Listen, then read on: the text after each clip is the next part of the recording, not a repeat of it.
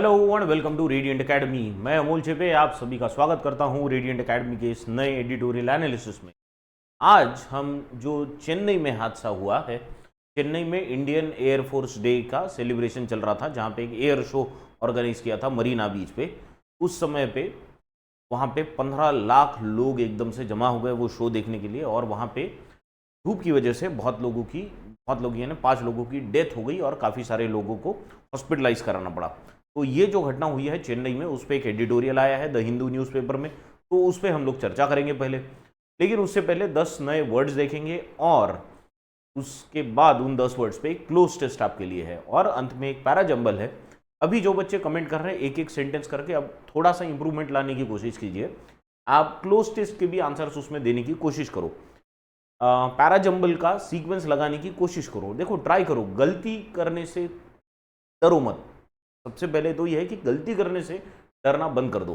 अगर आपकी गलती होगी तो भी तभी आप सुधरोगे, है ना। हर बार सही चीज करने से कोई नहीं सुधरता। गलती करो, कोई प्रॉब्लम नहीं है, लेकिन गलती से सीखो। That is what we have to do. ठीक है, तो चलो आज शुरू करेंगे हम लोग पहले वर्ड से, सेमिनल। पहला जो वर्ड है आज हमारे पास वो है सेमिनल। सेमिनल का मतलब होता है कोई भी ऐसी चीज या एक्टिविटी जो शुरुआत में इंपैक्ट डालती हो, है ना, पहले से जिसका इंपैक्ट अच्छा हो और जिसके वजह से आपका पाया एकदम पक्का होता हो, ऐसी चीज को हम सेमिनल कहते हैं। ठीक है, ऐसी चीज जो शुरुआत में ही पाया पक्का करे, दैट इज कॉल्ड सेमिनल। देखो इसका sentence, the scientist seminal work in genetics. Seminal work मतलब कैसा होगा? प्रारंभिक काम होगा, एकदम पहले का वर्क होगा जो इंपैक्टफुल होगा, है ना। In genetics laid the foundation for future discoveries. इसकी वजह से साइंटिस्ट ने जो सेमिनल वर्क किया जेनेटिक्स में, प्रारंभिक काम किया, वो इतना अच्छा था कि उसके बेसिस पे आगे की डिस्कवरीज का फाउंडेशन रखा गया। राइट, वो बेस बना आगे की डिस्कवरीज का। अभी आपके लिए एक एडिशनल इंफॉर्मेशन, यानी मेडिसिन और फिजियोलॉजी का नोबेल प्राइज अनाउंस किया, तो अनाउंसमेंट हुई है उसकी, और वो किया है mRNA की डिस्कवरी पे। तो द सेंटेंस इज मोर और less related to the same thing. ठीक, तो सेमिनल का मतलब क्या है फिर? मतलब highly influential in an original way, जिसका इंपैक्ट शुरुआत में ही बहुत पक्का होता है ना, जो आगे आने वाली चीजों का पाया पक्का करे, that is seminal. Serving as a strong basis for future development. ठीक है, सिनोनिम्स क्या क्या होंगे, क्या क्या होंगे इसके? इन्फ्लुएंशियल, ये एक सिनोनिम हो सकता है ना, प्रभावशाली कोई चीज। ग्राउंड ब्रेकिंग, है ना, अचानक से इन द सेंस नई चीज लाए कोई, है ना, जिसके आधार, जिसका बेस लेके, जिसका आधार लेके आगे की चीजों की डेवलपमेंट हो। या फिर पायोनियरिंग। पायोनियरिंग मतलब नई चीज, है ना, पहली बार अगर कोई चीज कर रहा है तो वो पायोनियरिंग होता है। जैसे दादा साहेब फाल्के, ये कौन थे? ये पायोनियर थे इंडियन सिनेमा में। इन्होंने पहली हिंदी सिनेमा में नहीं, सिनेमा में, इंडियन सिनेमा में इन्होंने पहले हिंदुस्तान में मूवी बनाई, वो पायनियर साबित हुए, और उनके बाद फिर बाकी लोगों ने सिनेमा बनाना शुरू किया हमारे यहाँ पे। समझ गए? तो पायनियर का मतलब होता है जो पहले कोई चीज करता है उसे पायनियर कहते हैं हम लोग। एंटोनिम्स क्या होंगे? अनइम्पॉर्टेंट, जिसका कोई महत्व नहीं है ऐसा काम। या डेरिवेटिव, जो एक रिजल्ट करके आता है। ये चीज रिजल्ट नहीं है, ये चीज आगे आने वाली हर चीजों का बेस है। डेरिवेटिव इज जनरली बाद में आने वाला। इनकंसिक्वेंशियल, ऐसा कि जिसका कोई कंसिक्वेंस नहीं निकलने वाला, या जिसका कोई खास रिजल्ट नहीं है, काम का कोई चीज नहीं है, वो एंटोनिम्स हो जाएंगे। तो सेमिनल का मतलब something which is very important at the beginning और एट द ओरिजिन। ठीक, चलिए अगले वर्ड पे। Next word we have is amplification. Amplification is a simple word. आपने एम्पलीफायर सुना होगा।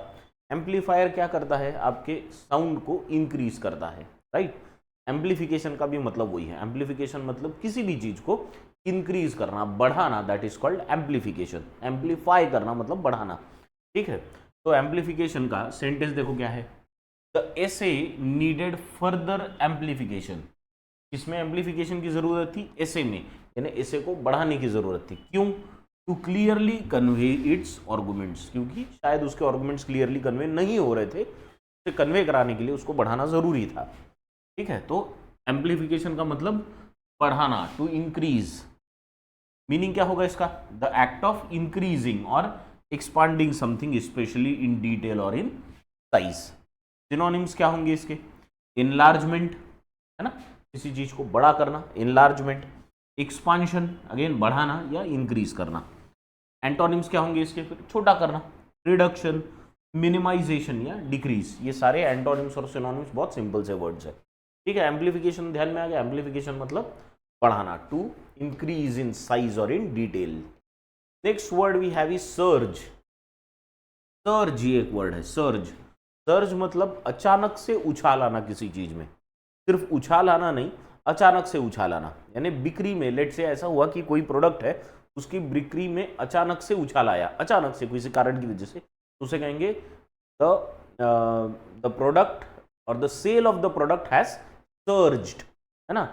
या फिर हम बहुत बार कहते हैं कि petrol, the prices of petrol have surged. Why? Because the prices have increased suddenly. तो सडन इंक्रीज अगर होगा तो उसे सर्ज कहेंगे। देखो sentence, there was a surge in demand for the product after the launch. Launch के बाद ही अचानक उसकी सेल में वृद्धि हो गई। तो वृद्धि होना, अचानक से वृद्धि होना, that is called surge. Clear? Clear हो गया वर्ड? चले अगले वर्ड पे। इसका मीनिंग क्या है वो देख लेंगे। A sudden and powerful forward और अपवर्ड मूवमेंट। अचानक से किसी चीज में उछाल होना, पर दिखना, अचानक, ये बहुत इंपॉर्टेंट है, सडनली होना चाहिए। सिनोनिम्स क्या होंगे इसके? राइज होना, है ना, या फिर इंक्रीज होना या स्वेल होना। स्वेल होना मतलब बढ़ना, फूगना, जिसे कहते हैं हम लोग, दैट इज स्वेल। एंटोनिम्स, या सूजन आने को भी स्वेलिंग कहते हैं हम लोग। अगर सूजन आ जाए आपके कोई भी बॉडी पार्ट पे, तो सूजन आना मतलब स्वेल होना। एंटोनिम्स क्या होंगे इसके? डिक्लाइन होना, कम होना, ड्रॉप होना या रिडक्शन हो जाना। क्लियर? आई होप सर्ज समझ में आ गया होगा। सर्ज मतलब अचानक से किसी चीज में वृद्धि होना, ग्रोथ होना, that is surge. Next word we have is ensued. Ensued का मतलब होता है किसी चीज के परिणाम स्वरूप कुछ होना। यानी कोई एक्शन हो गई, अब उसके परिणाम स्वरूप और कुछ हुआ, तो उसे कहेंगे हम इंश्यू हुआ है वो। इंश्यू होना मतलब ये एक वर्ब है, परिणाम स्वरूप अगर कुछ होता है तो वो इंश्यू हो रहा है। ठीक है, देखो सेंटेंस यहाँ पे, chaos ensued after the announcement of the new policy.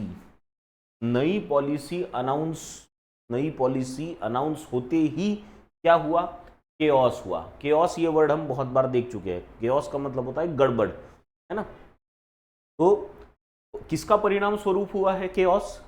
ये अनाउंसमेंट ऑफ न्यू पॉलिसी। तो नई पॉलिसी का अनाउंसमेंट हुआ, उसका परिणाम क्या हुआ? केओस हुआ। ठीक है, तो परिणाम स्वरूप अगर कुछ होता है तो उसे कहेंगे हम इंश्यू होना। ठीक है, देखो मीनिंग क्या होगा? टू हैपन और ऑकर आफ्टर वर्ड और एज अ रिजल्ट। किसी चीज के बाद कोई चीज होना। ठीक है, सिनोनिम्स क्या होंगे? फॉलो, रिजल्ट या ऑकर आफ्टर वर्ड्स। ठीक है, एंटोनिम्स क्या होंगे? बाद में होना, ऐसा मतलब इसका, है ना, किसी चीज के होने के बाद ये चीज होती है, परिणाम स्वरूप। दूसरा क्या हो सकता है इसका एंटोनिम? पहले ही कोई चीज हो जाना। तो पहले अगर कोई चीज होगी तो उसे क्या कहेंगे हम? कि वो प्रीसीड हो रहा है ना, प्रीसीडिंग, पहले होना। कॉज करना या लीड करना, ये सारी चीजें पहले होती है। इंश्यू मतलब कोई चीज के बाद होना, दैट इज इंश्यू। क्लियर? पक्का? चले अगले वर्ड पे। चलो, next word we have is neuroplasticity. खतरनाक वर्ड है ना, न्यूरोप्लास्टिसिटी। ऐसा लगता है बहुत ही साइंटिफिक कुछ वर्ड है, क्या? कुछ नहीं है। प्लास्टिसिटी का मतलब समझ लो कि इलास्टिसिटी है, लचीलापन जिसे कहेंगे हम लोग, है ना। और neuro is related to brain, तो दिमाग का लचीलापन can be called as neuroplasticity. अगर आपका ब्रेन एडेप्टिव है ना, रिजिड नहीं है सोच में, एडेप्टिव है, तो उसे न्यूरोप्लास्टिसिटी कह सकते हैं, क्योंकि वो फ्लेक्सिबल है, उतना एडजस्ट कर सकता है, वो अडेप्ट कर सकता है, तो दैट इज न्यूरोप्लास्टिसिटी। ठीक है, देखो sentence, neuroplasticity allows people to recover from brain injuries over time. ना, अगर ब्रेन लचीला है इन द सेंस एडजस्टेबल है, अडेप्टेबल है, तो इंजुरीज से बाहर आना इजी हो जाता है लोगों के लिए। क्या होगा मीनिंग इसका? The brain's ability to reorganise itself by forming new neural connections. नए कनेक्शंस बना लेके ब्रेन का खुद ही एडजस्ट हो जाना, दैट इज कॉल्ड न्यूरोप्लास्टिसिटी। ठीक, सिनोनिम्स क्या होंगे इसके? देखो, ब्रेन फ्लेक्सिबिलिटी में, जैसे हमने कहा, प्लास्टिसिटी मतलब एडेप्टेबिलिटी यहाँ पे, तो वो फ्लेक्सिबिलिटी हो गया, या एडेप्टेबिलिटी ये वर्ड यहाँ पे आया ही है। एंटोनिम्स क्या होंगे? फ्लेक्सिबिलिटी का एंटोनिम होता है रिजिडिटी। एक तो होता है लचीलापन, दूसरा होता है बहुत पक्का रहना, ऐसा बिल्कुल इधर से उधर नहीं हिलना। स्कल आपका लचीला होता है क्या? स्कल, ये स्कल लचीला नहीं होता है ना, पर अंदर का ब्रेन इट इज फ्लेक्सिबल, वो तो न्यूरोप्लास्टिसिटी कहते हैं उसको, है ना, या इनफ्लेक्सिबिलिटी, ये भी एक उसका एंटोनिम है। क्लियर, समझ गया? न्यूरोप्लास्टिसिटी, ब्रेन का, दिमाग का थोड़ा सा लचीलापन, that is neuroplasticity. Next word we have is converge. Converge, converge का मतलब क्या होता है? कन्वर्ज मतलब एक जगह आके मिलना, कोई भी दो चार चीजों का, दो से ज्यादा चीजों का एक जगह आके मिलना, दैट इज कॉल्ड कन्वर्ज। ठीक है, जैसे जैसे ये पॉइंट पे, जैसे ये पॉइंट पे ये सारी लाइंस आके कन्वर्ज हो रही है ना, मिल रही है। ठीक है, वही अगर ये पॉइंट पे सब आ रहे हैं इसलिए कन्वर्ज, ये पॉइंट से दूर जा रहे होंगे तो उसको बोलेंगे डाइवर्ज, वो उसका एंटोनिम हो गया डाइवर्ज। कन्वर्ज मतलब एक जगह पे आना, डाइवर्ज मतलब एक जगह से बाहर जाना। ठीक है, देखो sentence, the reverse converge at the base of the mountain, है ना, माउंटेन के बेस पे सारी रिवर्स आके कन्वर्ज हो रही है, एकत्र हो रही है, मिल रही है। मीनिंग क्या होगा इसका? To come together from different directions and meet at a point, from different directions and meeting at a point, that is the meaning. Synonyms क्या होंगे इसके? मीट या यूनाइट या कंबाइन, फिर वो एक हो जाएगी। ठीक है, कन्वर्ज होके। एंटोनिम्स क्या होंगे? जैसे मैंने कहा डाइवर्ज, डाइवर्ज मतलब एक ही पॉइंट से बाहर निकलना अलग अलग डायरेक्शन में, दैट इज कॉल्ड डाइवर्ज। तो ये डाइवर्ज हो गया, ये कन्वर्ज हो गया, राइट। डाइवर्ज होना या सेपरेट होना, अलग अलग होना, या स्कैटर होना, फैल जाना, तो फैलना इज कॉल्ड स्कैटरिंग। ठीक है, क्लियर यहां तक? चले अगले वर्ड पे। चलो, the next word we have is catalyst. मस्त वर्ड है ये, कैटलिस्ट। आपने अगर केमिस्ट्री पढ़ी होगी थोड़ी सी, तो केमिस्ट्री में कैटलिस्ट ये वर्ड आपको पता होगा। कैटलिस्ट एक ऐसा केमिकल होता है कि अगर वो आप किसी रिएक्शन में डाल दो, रिएक्शन में ऐड कर दो, तो आपकी रिएक्शन की स्पीड बढ़ जाती है। इसलिए कैटलिस्ट इंग्लिश में ऐसे वर्ड की तरह यूज होता है कि कोई भी ऐसी चीज जो प्रोसेस को फास्ट कर दे, प्रोसेस को स्पीड अप कर दे, बराबर। यानी लेट से कि आप क्वांट की तैयारी कर रहे हो और आपको ऐसी कुछ जादू की छड़ी मिल जाए, जो कि मिलना मुश्किल है, पर ऐसा कोई गाइड मिल जाए कि जिसकी वजह से आपकी स्पीड बढ़ जाए, तो आप उस व्यक्ति को या उस प्रोसेस को या उस गाइड को कैटलिस्ट कह सकते हो ना। आपकी जिससे स्पीड बढ़ रही है, दैट इज कैटलिस्ट, राइट। आपकी इंग्लिश की प्रिपरेशन अगर इस क्लास की वजह से स्पीड अप हो रही है, तो ये क्लास आपके लिए कैटलिस्ट की तरह काम कर रहा है। समझ गए? देखो sentence, the leader's speech acted as a catalyst for the movement. एक मूवमेंट चल रही थी, लेकिन जैसे ही लीडर ने स्पीच दिया, भाषण दिया, मूवमेंट में अचानक से ऊर्जा आ गई, लोग और तेजी से काम करने लगे। समझ गया? क्लियर? चलो, मीनिंग क्या होगा फिर इसका? Something that causes a significant change और speeds up the process, process को फास्ट कर दे या फिर अचानक से चेंज कर दे। सिनोनिम्स क्या होगा इसका? ट्रिगर होगा, ट्रिगर, ट्रिगर यानी किसी चीज से कोई चीज अचानक शुरू होना, दैट इज ट्रिगर। इम्पेटस यानी पुश देना किसी चीज को, या एक्सेलरेटर, एक्सेलरेटर मतलब स्पीड अप करना प्रोसेस। गाड़ी को एक्सेलरेटर होता है ना, कार को एक्सेलरेटर होता है, बाइक को एक्सेलरेटर होता है, स्पीड अप करने के लिए। एंटोनिम्स क्या होंगे इसके? डेटरेंट, अब ये वर्ड बहुत बार देख चुके हम लोग। डेटरेंट, ऑब्स्टेकल या हिंड्रेंस, तीनों का मतलब क्या होता है? बाधा। तो एक तो आप बाधा डाल सकते हो, या फिर आप किसी चीज को कैटलिस्ट की तरह एक्ट करके प्रोसेस को स्पीड अप कर सकते हो। ठीक है, तो कैटलिस्ट मतलब thing that is used to speed up the process. Clear? चले अगले वर्ड पे। चलो, the next word we have is defunct. Defunct मतलब, डिफंक्ट का मतलब होता है कोई भी चीज जो बंद हो गई है, ऐसी चीज जो अभी निष्क्रिय है, जो अभी काम नहीं करती, ऐसी कोई भी चीज या संस्था की कोई ऑर्गेनाइजेशन है जो अभी डिफंक्ट हो गई है। तो ये डिफंक्ट हो गई है मतलब बंद हो गई है, उसे कहते हैं डिफंक्ट हो जाना, बंद हो जाना। The company became defunct after years of poor management. बहुत साल मैनेजमेंट बहुत बुरा था, इसलिए कंपनी क्या हो गई? बंद पड़ गई। बंद पड़ जाना मतलब डिफंक्ट होना। देखो मीनिंग, नो लॉन्गर एग्जिस्टिंग और फंक्शनिंग। सिनोनिम्स क्या होंगे इसके?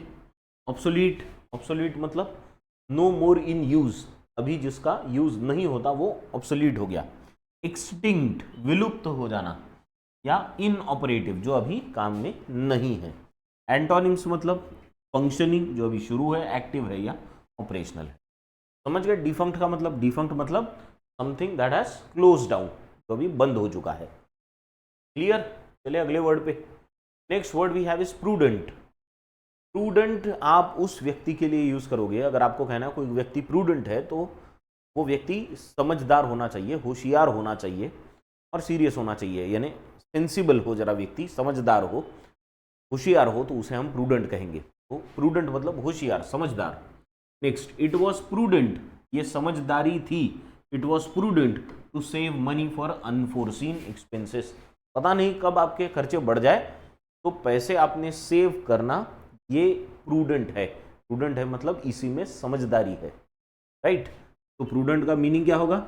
एक्टिंग विथ और showing care and thought for the future, समझदारी से काम लेना। सिनोनिम्स क्या होंगे इसके? वाइज मतलब होशियारी या समझदारी, कॉशियस यानी थोड़ा सा कॉशन लेके चलना, संभल ना, कॉशियस मतलब संभल संभल के चलना, या सेंसिबल है ना, अपना दिमाग सही से यूज करके चलना।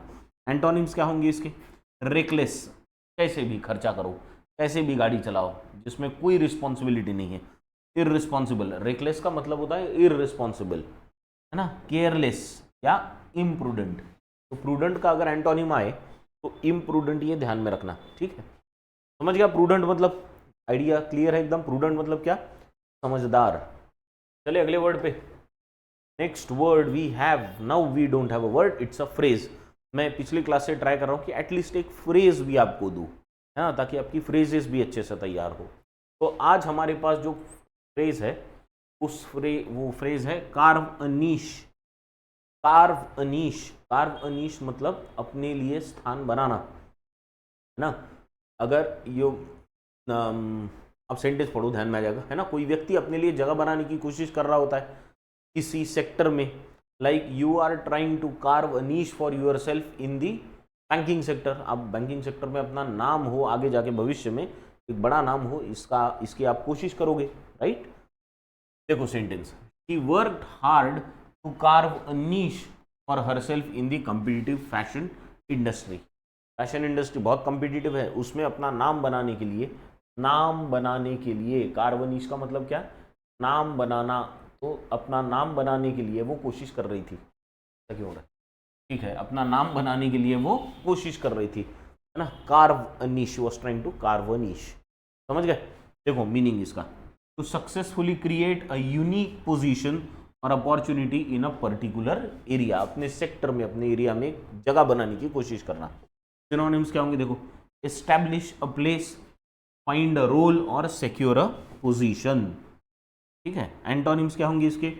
लूज रिलेवेंस, जो जगह है वो भी खो देना, है ना, या खुद को इस्टेब्लिश करने से फेल कर देना, फेल टू एस्टैब्लिश। क्लियर? कार्वनिश का मतलब समझ गया? तो कार्वनिश मतलब क्या? अपने लिए जगह बनाना, ठीक है, अपना एक स्थान निर्माण करना, that is called to carve niche. Clear? तो ये जो 10 वर्ड्स है जो अभी हमने देखे, 9 वर्ड्स और एक फ्रेज, इनके बेसिस पे अभी एक क्लोज टेस्ट है आपके लिए। इस क्लोज टेस्ट के आंसर्स मैं अभी सभी से एक्सपेक्ट करूंगा, ठीक है। कमेंट में इसके आंसर्स आप सभी से एक्सपेक्ट करूंगा, का स्क्रीनशॉट ले लो और कमेंट सेक्शन में आंसर करना।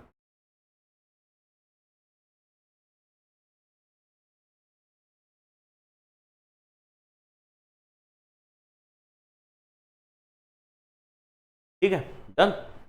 चले फिर एडिटोरियल पे। चलो, आज का जो एडिटोरियल है, जैसे मैंने पहले कहा, Marina mayhem on IAF Chennai air show, Indian air force का चेन्नई में एयर शो हुआ। तमिलनाडु की सरकार द्वारा बिल्कुल भी सही व्यवस्था नहीं थी, जिसके कारण 5 लोगों की डेथ और 100 से ज़्यादा लोगों को हॉस्पिटलाइज करना पड़ा। तो इस पे ये एडिटोरियल है, तो आप पहले पढ़ लो, फिर इस पे हम लोग चर्चा करेंगे। गो थ्रू इट।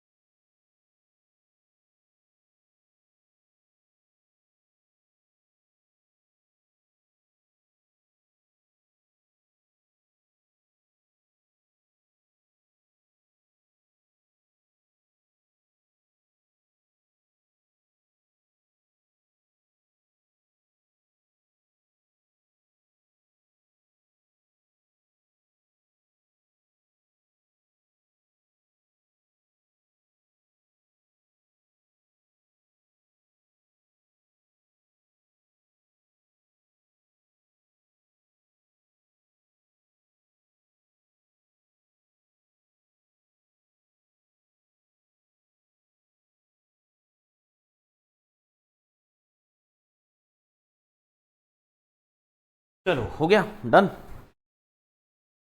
गुड। क्या है देखेंगे अभी। मरीना मेहम है ना, मरीना मरीना बीच है जहाँ पे ये दुर्घटना हुई। तो वहाँ पे जो भगदड़ मची, भगदड़ नहीं मची लेकिन वहाँ पे हीट स्ट्रोक और डिहाइड्रेशन वगैरह ऐसी सारी चीज़ें हुई लोगों में, और उससे एक दुर्घटना वहाँ पे हो गई बड़ी सी। तो उस पर एक एडिटोरियल है on the IIF Chennai air show. देखो, events that draw huge crowds require careful preparations. ऐसे इवेंट्स जहाँ पे बहुत बड़ी संख्या में लोग आते हैं, उस वहाँ पे प्रिपरेशन की ज़रूरत होती है, तैयारी चाहिए, है ना। The loss of 5 lives during an air show at midday, दोपहर में ये हो रहा था air show at Chennai's Marina beach on October 6, organized by Indian Air Force IAF as a part of its 92nd anniversary, could have been avoided with better anticipation of the surge in spectators. Surge, अचानक से जो भीड़ बढ़ी लोगों की, देखने वालों की, स्पेक्टेटर्स की, उसे अवॉइड किया जा सकता था, है ना। क्या कह रहे हैं यहाँ पे कि ये जो लॉस ऑफ 5 लाइव्स हुई, ये कहाँ हुई? चेन्नई के मरीना बीच पे, जहाँ पे इंडियन एयरफोर्स का 92nd एनिवर्सरी का सेलिब्रेशन चल रहा था। उसके उपलक्ष्य में एक, वैसे तो 8 अक्टूबर यानी कल के दिन इंडियन एयरफोर्स का फाउंडेशन डे था, एनिवर्सरी थी, लेकिन उससे 2 दिन पहले यानी 6 अक्टूबर को ही उसके उपलक्ष्य में कार्यक्रम ऑर्गेनाइज किया गया था, एयर शो ऑर्गेनाइज किया गया था। कहाँ पे? चेन्नई के मरीना बीच पे। अब वो देखने के लिए अचानक से भीड़ उमड़ पड़ी, और जैसे ही भीड़ उमड़ी वैसे, और वो प्रोग्राम भी क्या था? दोपहर में था। तो उस केस में अचानक से भीड़ बढ़ने की वजह से प्रिपरेशंस नहीं थे, और 5 लोगों की वहां पे डेथ हो गई। The cause of death was attributed to heat stroke, though dehydration and suffocation may also have been the factors. और डेथ होने का मेन कारण क्या बताया गया? प्राइमरी रीजन हीट स्ट्रोक, है ना, हीट स्ट्रोक की वजह से डेथ हुई है। लेकिन लोगों के द्वारा यह अंदेशा भी लगाया जा रहा है कि शायद डिहाइड्रेशन यानी पानी की कमी हो गई, या फिर सफोकेशन की, जी घबराया, है ना, तो सफोकेशन की वजह से भी शायद डेथ हुई होगी। More than 200 people reportedly fainted. Fainted का मतलब बेहोश हो जाना, चक्कर आ गए और लोग गिर पड़े, बेहोश हो गए, चक्कर आ गए, ऐसा 200 लोगों के साथ हुआ। ठीक है। The IAF had issued advisories urging attendees to be well protected against the heat of around 34 to 35 degree Celsius. अच्छा, जो जिन्होंने ये ऑर्गेनाइज किया था, यानी इंडियन एयरफोर्स, इन्होंने एडवाइजरी भी जारी की थी कि देखो जब आप आएंगे तो 34-35 डिग्री की धूप रहेगी, इसलिए जरा प्रोटेक्शन के हिसाब से आना सही, यानी वो एनवायरनमेंट डेंजरस है वहाँ पे, मुश्किल होगी आपको इतनी धूप में, भीड़ बहुत रहेगी, तो इसके लिए तैयारी करके आना। पर सिर्फ एडवाइजरी देने से नहीं होता ना, तैयारी भी करानी पड़ती है इतने सारे लोगों की। After the show many complaint of dizziness, dizziness मतलब चक्कर आना, शो होने के बाद भी बहुत लोगों को चक्करें आ रही थी। Tamil Nadu health minister M. Subramaniam said 102 individuals were sent to government hospitals nearby. In addition to the medical emergencies, देखो तो वहाँ के जो हेल्थ मिनिस्टर है उनका नाम क्या है? M. सुब्रमण्यम। 102 इंडिविजुअल्स को, इन्होंने कहा कि 102 इंडिविजुअल्स को हॉस्पिटलाइज भी कराया गया है। ठीक है, तो ये तो प्राइमरी इंफॉर्मेशन। हाँ, अभी और क्या हुआ? In addition to medical emergency, तो ये मेडिकल इमरजेंसी थी, है ना, 200 लोगों चक्कर आके गिर गए, इतने 200 लोग चक्कर आके गिर गए, 102 लोगों को हॉस्पिटलाइज किया गया, ये मेडिकल इमरजेंसी थी। तो in addition to medical emergency, chaos ensured on Chennai's roads for hours, और घंटों तक, ये होने के बाद घंटों तक चेन्नई के रास्तों पे, जो मरीना बीच के तरफ आ रहे होंगे, वहाँ पे क्या था?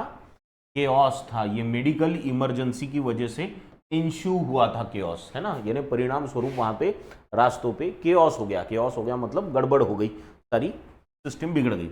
Metro rail and mass rapid transit system MRTS trains, metro rail और MRTS की ट्रेन्स वेयर ओवर क्राउडेड, वहाँ पे भी भीड़ हो गई, फिर सारे मेट्रोज में भीड़ हो गई, स्टेशंस पे भी, stations were extremely congested and services were insufficient. Tamil Nadu Chief Minister M.K. Stalin announced a solidarium of 5 lakh each to the families of those dead. क्या हुआ? जैसे ही शो खत्म हुआ वैसे मेडिकल इमरजेंसी हो गई, मेडिकल इमरजेंसी की वजह से रास्तों पे भीड़ हो गई लोगों की ना, रास्ते सारे वहाँ पे गड़बड़ हो गई। मेट्रोज, जहाँ से मेट्रो जिससे लोग वापस जाने की कोशिश कर रहे थे, मेट्रो और एमआरटीएस की सिस्टम, वो ओवर क्राउडेड हो गई, स्टेशंस कंजेस्टेड हो गए और ऐसे केस में 5 लोगों की डेथ हो गई। तो जिनकी डेथ हो गई उनके लिए M.K. स्टालिन जो तमिलनाडु के चीफ मिनिस्टर है, उन्होंने उनके घर वालों के लिए, फैमिलीज के लिए 5 लाख रुपए का कंपेंसेशन का अनाउंसमेंट भी किया। ठीक है, लेकिन ये बात तो ध्यान में आ गई कि जो भी सर्विसेज सरकार ने लोगों की सेफ्टी के लिए रखी थी वो इनसफिशिएंट थी और उसकी वजह से ये इतनी बड़ी दुर्घटना हुई है। ठीक, तो ये था first part. Let us now move on to the second part. Second part है, just go through it quickly and then we will discuss it.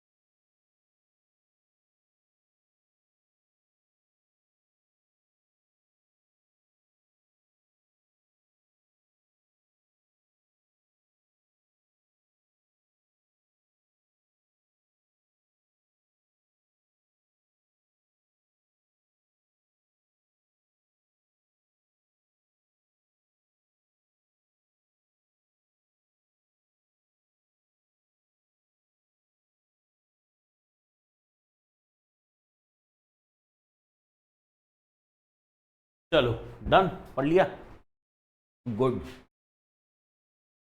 हाँ, अभी क्या है इस पार्ट में, सेकंड पार्ट में, ही एट्रीब्यूटेड, ही यानी कौन, M.K. स्टालिन जो तमिलनाडु के चीफ मिनिस्टर है, he attributed the traffic congestion to the overwhelming response despite multiple departments coordinating preparations. यानी वो, ये इतनी बड़ी दुर्घटना हो गई लेकिन वहाँ के जो चीफ मिनिस्टर M.K. स्टालिन को क्या कहना था कि ये शो ही इतना पॉपुलर था कि जिसकी वजह से बहुत वहाँ पे भीड़ हो गई। तो अगर आपको पता था कि शो इतना पॉपुलर है और इससे भीड़ होने वाली है तो आप तैयारी भी अच्छी करा सकते थे, है ना, पर नहीं कराए। चलो, तो और नहीं कराने की वजह से क्या हो गया, वो कह रहे हैं बहुत पॉपुलर हो गया शो, ओवरवेलमिंग रिस्पॉन्स मिला। ओवरवेलमिंग रिस्पॉन्स का मतलब है लोगों की तरफ से बहुत उसे सराहा गया और उसे देखने के लिए बहुत सारे लोग वहाँ पे आ गए। This is not the first time that Chennai has hosted such an event.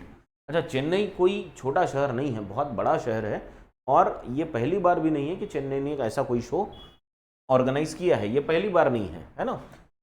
An IAF air show on September 6, 2003 drew an estimated 13 lakh people, just 2 lakh less than this year. इस साल 15 लाख लोग आए, लेकिन आज से कितने साल पहले की बात हो रही है, 20 साल पहले, 21 साल पहले 13 लाख लोगों का प्रोग्राम ऑर्गेनाइज किया था चेन्नई ने। Notably there were no heat stroke fatalities then, उस समय पे कोई हीट स्ट्रोक की फैटेलिटी नहीं थी। फैटेलिटीज का मतलब है मौत, मृत्यु, दैट इज फैटेलिटी। फैटल मतलब ऐसी चीज जिससे मृत्यु हो, उस चीज को हम फैटल कहते हैं। तो फैटल इज एन एडजेक्टिव, है ना, और जब मृत्यु हो जाए तो उसे फैटेलिटी कहते हैं।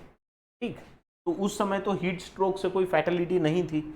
Although 2 children went missing, 2 children खो गए थे। 13 लाख लोगों में बच्चे खो जाने का डर होता है, 2 बच्चे गुम हो गए थे, बाद में मिले भी होंगे।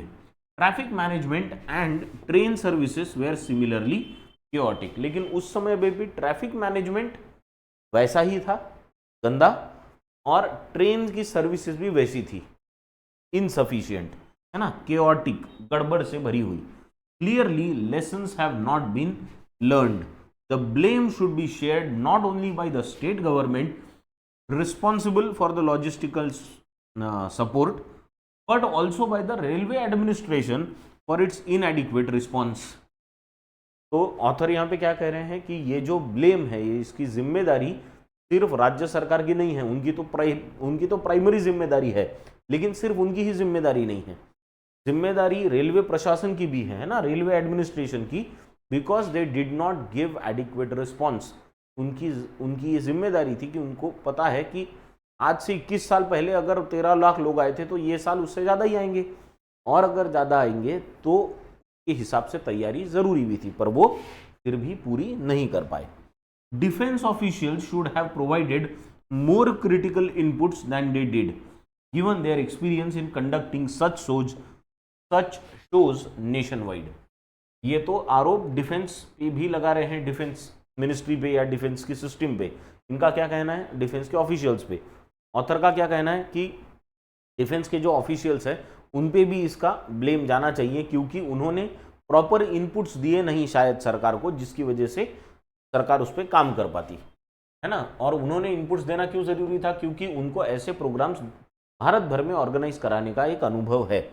After the crash of fighter jet at an air show in New Delhi on October 8, 1989, देखो अक्टूबर 8 ये फाउंडेशन डे होता है, एक्चुअली एनिवर्सरी अक्टूबर 8 को आती है, तो 1989 में, 1989 को तो बहुत साल हो गए, तो तब क्या हुआ था कि एक फाइटर जेट एयर शो के वक्त क्रैश हो गया था, और उससे इंडियन एयरफोर्स ने सीख भी ली। The IAF seem to have addressed its weak points to ensure smooth events related to air force day. तो 8 अक्टूबर को एयरफोर्स डे होता है, और उस उपलक्ष्य में जो किए गए कार्यक्रम है वो स्मूथली चले, इसके लिए उन्होंने जो 8 अक्टूबर 1989 में जो हादसा हुआ था, जेट क्रैश हो गया था, उससे सीख ली, और उसके बाद कभी हादसा नहीं हुआ। लेकिन इस साल ये प्रोग्राम को एक कलंक लग गया। In a social media post, mister M Subramaniam, कौन है ये M Subramaniam, health minister Tamil Nadu के, है ना, claimed that the government had exceeded the requirements requested by the IAF।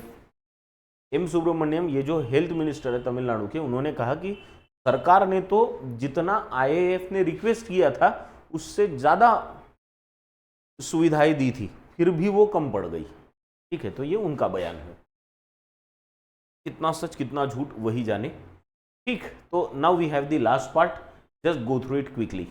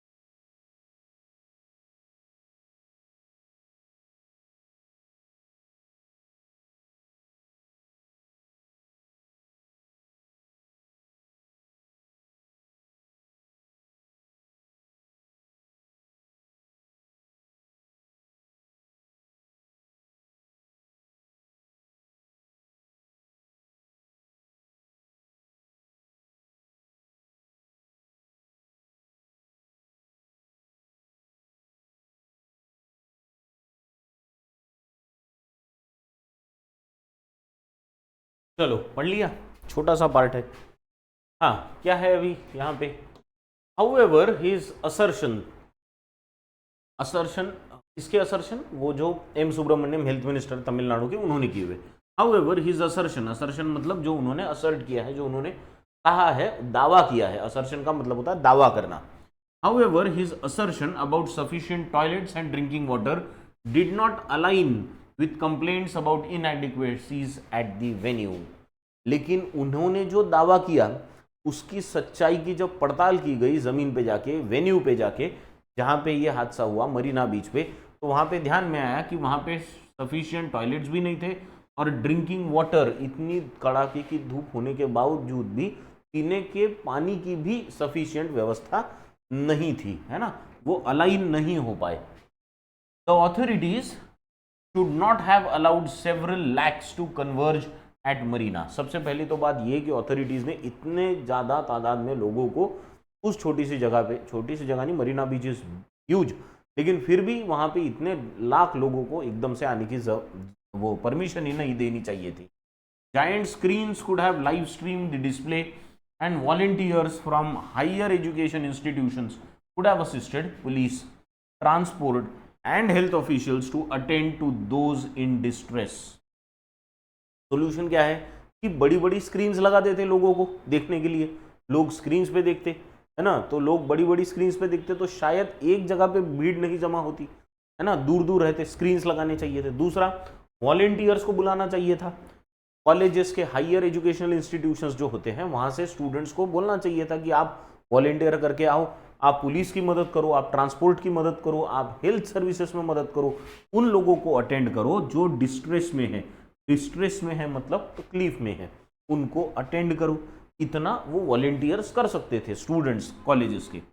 Defence officials and host states should critically review their plans, है ना, ये defence system जो ऐसे प्रोग्राम्स करती है वो, और जहाँ पे प्रोग्राम हो रहा है वो स्टेट्स ये अपनी प्रिपरेशंस को जरा क्रिटिकली रिव्यू करे, देखे अपने प्लान्स को कि वो सही है या पूरी तरह सही नहीं है, इनसफिशिएंट है। Only then can such mayhem be prevented, तभी ऐसी दुर्घटनाओं से बचा जा सकता है। तो this is what is in the editorial, ये जो चेन्नई में जो घटना हुई उस पर आया है। ठीक, तो आई होप ये क्लियर हो गया होगा। अब इसके बेसिस पे आपके लिए कुछ क्वेश्चंस है। The first question is what is considered as the immediate cause for the death of 5 people at Marina Beach event? क्या मुख्य कारण रहा? दूसरा, which of these were the immediate consequences of the mayhem at the Marina Beach? Marina बीच पे जो दुर्घटना हुई के बाद अचानक उसके consequences क्या थे? Converge ये जो वर्ड है इसका more or less same meaning वाला वर्ड आपको ढूंढना है। फिर एक फ्रेज दी है आपको यहाँ पे, वॉज एट्रीब्यूटेड टू, तो ये वॉज एट्रीब्यूटेड टू का मतलब क्या होता है वो आपको बताना है। और फिर पूछा गया है कि when does the Indian air force celebrate it's foundation day, Indian air force का फाउंडेशन डे एक्चुअली किस दिन होता है वो आपको बताना है। ठीक, तो और जो कल जो एडिटोरियल पे क्वेश्चंस पूछे थे उसके आंसर्स यहाँ पे नीचे दिए गए हैं, उसे आप क्रॉस चेक कर लो, है ना, please cross check your answers. ठीक है, and now finally there is a para jumble for you. ये इम्प्रॉपर सीक्वेंस में है, इनकरेक्ट सीक्वेंस में होते हैं, आपको करेक्ट सीक्वेंस लगाना है। कल के लेक्चर में जो पैरा जंबल पूछा गया था उसका करेक्ट सीक्वेंस नीचे दिया है, FBCAED। तो आपने जो सीक्वेंस कमेंट में दिया है उससे इसको क्रॉस चेक कर लेना। ठीक, चलो इसका स्क्रीनशॉट ले लो जल्दी से।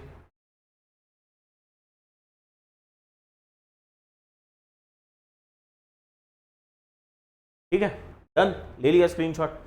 चलो तो अब यहीं रुकेंगे आज, बाकी देखेंगे अगली क्लास में। Thank you very much.